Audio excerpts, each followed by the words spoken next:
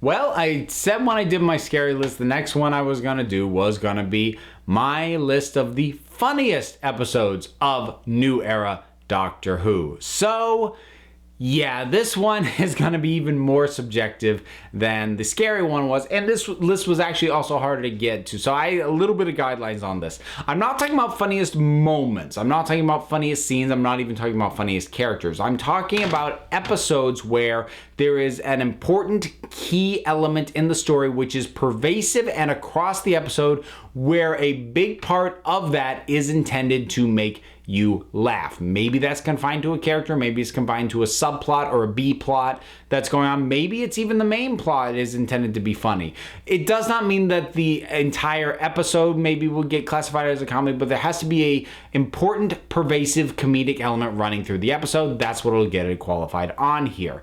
And this list is, this was tricky to come up with, and there's some odd entries on here. We'll just get right to it. Number 10, The Unicorn and the Wasp. Now, this is an episode that basically is on here because of Doctor and Donna banter. Because, I mean, first of all, the two of them together have wonderful banter. It's a big part of why Donna is my favorite companion. But then you add in Donna's excitement in being the 1920s, the way she is, trying to be as modern a woman as she can get away with in this setting, the whole mystery aspect, and it gets campy in a way that is kind of fun and kind of funny, with how much the mystery of Agatha Christie stories enters into their life, and Donna's like, really? This is happening? It's not the top level of comedy that the show achieves, but it's a good thread throughout the episode. Number 9, The Husbands of River Song. This is one that I probably think better of now because having had Nardole for Series 10, where I liked it much better than here, I now sort of look at his appearance here more fondly, so that helps. But beyond that, just the sort of flipping the dynamic on its head with River and having her not even recognizing the Doctor at all, and sort of what that does to his ego a little bit, and then him dropping crazy obvious hints and trying to get her to understand. She doesn't even notice him. And the villain is fairly comedic in this. Comedic villains in Doctor Who can be a little bit iffy, like Max Capricorn doesn't work for me at all. Here it works, I think, well enough because they don't quite give us too much of him. With Hydroflax I'm talking about, and they sideline him well enough. And everyone else seems to understand what a ridiculous caricature of a tyrant this guy is. So it just works. They balanced it. It could have gone bad, but I think they balanced it just right for some good laughs. Number 8, Dinosaurs on a Spaceship. I know this is not a particularly well-regarded episode, but I have a lot of fun with this episode, and it's funny fun. The big game hunter and the Egyptian queen. Rory's father is a great source of some wonderful bits of comedy throughout this episode, and I just love the glee of the Doctor when dinosaurs on a spaceship. And then, of course, there's the robots. I love these robots. I mean, I'm a big Douglas Adams fan, so maybe it's a holdover from loving Hitchhiker's Guide to the Galaxy, but I love sort of weird, bantery, kind of dumb robots that, like, they're doing a function, but they have this personality. It's like, why was that thing even programmed with that? But I love that kind of stuff, and I think it's played well here, and I do actually enjoy it. Tonally, overall, the episode is a little weird, but when it's going for laughs, I think it works very well. Number 7, The Lodger. Yes, I do actually think that the comedy works in here. Is the comedy too much of a percentage of the episode?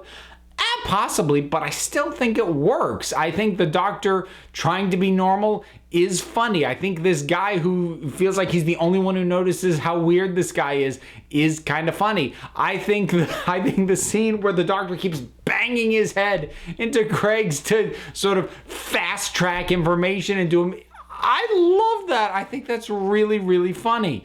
And I think that the dynamic between the Doctor and Craig is a big part of why this works. Because again, as with so many things, if the chemistry fell flat, the episode would not have been funny. It would have been painful. But I think that the comedy in this one works, even though maybe it leaned on comedy a bit more than it should have in terms of when it actually tries to pay off a story at the end. Number 6, partners in crime. Here we go again. Doctor and Donna chemistry. It counts for a lot, and Catherine Tate is great at this kind of stuff. At this point, the pantomime bit between the two of them, on opposite sides of a room, looking at each other through windows. That's just classic at this point.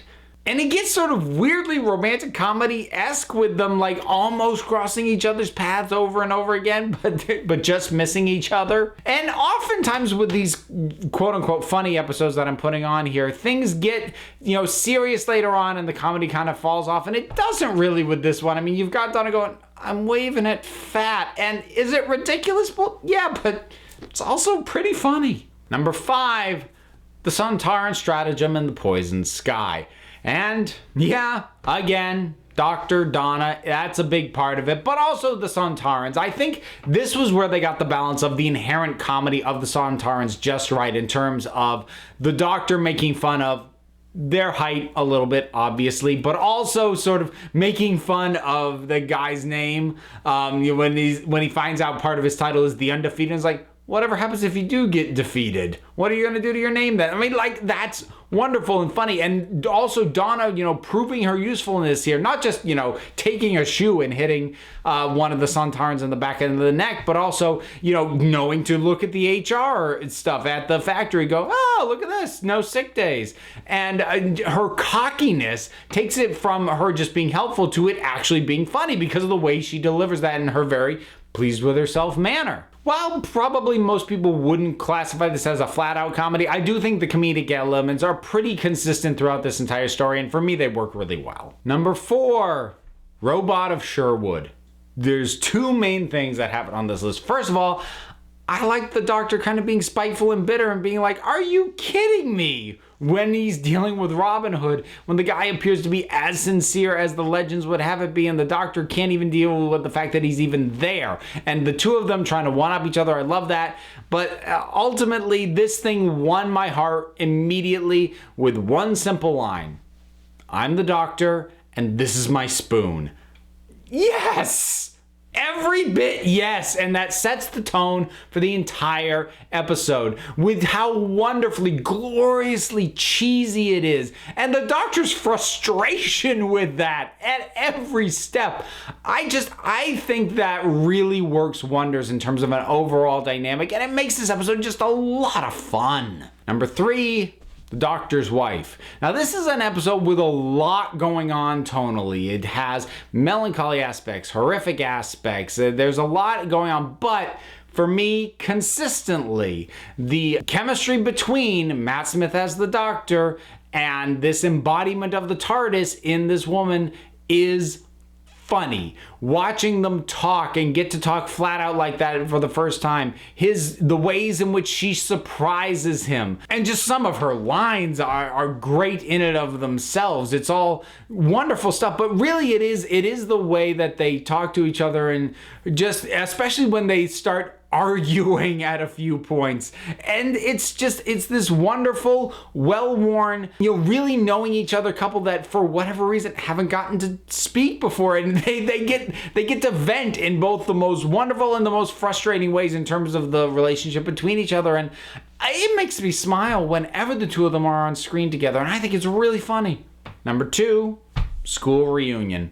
Again, it's not a primarily funny episode, but there's a lot of funny stuff going on in here. Enough that I think it more than qualifies. So you've got Rose and Sarah Jane bickering over the Doctor. You've got them laughing their butts off when he walks in, and he's just frustrated because he's like, why are you laughing? And you've got K9, who is wonderfully, perfectly cheesy and funny because he's got that just slight dry wit about him. And Mickey realizing that he's the tin dog is both funny and kind of sad. And heck, just the doctor pretending to be a teacher and saying lines like exactamundo, a word I have never said before and never will again. It's got wonderful moments like that sprinkled throughout the entire thing. And even the villains have some nice ones, because you've got Anthony Stewart Head just with frustration, forget the shooty dog thing. And there's just the terrific sense of reunion between the characters, and the way that they are bouncing off each other throughout the episode is fun and funny. Now, my choice for the number one funniest New Era Doctor Who episode is, I suspect, not gonna be one that people are expecting. But humor is incredibly subjective, and this happened to tap into another one of my fandoms and handle it very well in a very humorous way, and as a result, I think it's really funny, and that is the return of Dr. Mysterio. Yeah, because I love Doctor Who, I also love superheroes. I love Superman. I think Superman's great, but Superman has not been done well in a while. And there's something wonderful yet frustrating about watching a show basically do a parody of Superman and have that parody exist as a better Superman than the Superman that's currently in movies these days. But it just shows a really great understanding of this comic book universe and comic book conflict and comic book characters and the way superheroes work. It is knowing enough to be able to both subvert and play with the tropes at hand, and not just be like, yeah, that's the thing they do, isn't it? No, it understands why these things are done, why they're important, why some of them are silly, why some of them really still need to be there even though they are silly. This also gave us the reintroduction of Nardole, who I really like, and I think he's a funny presence. And I love the way the Doctor, winds up this guy,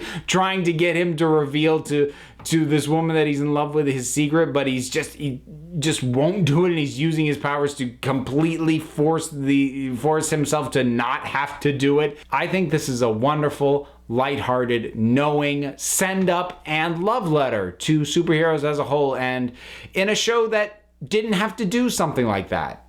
And I think Doctor Who did it well. I think it did it funny. And it's my pick for the number one funniest episode of New Who. What are your thoughts on all this? What's your list? Whatever your thoughts are, drop something down in the comments. Let's talk about it. Don't forget to like, subscribe, check me out on Twitter at Council of Geeks. Give a listen to the Council of Geeks podcast, available on iTunes and Stitcher. I am also one half of the Punch Like a Girl podcast. That is a presentation of the Fire and Water Podcast Network, fireandwaterpodcast.com.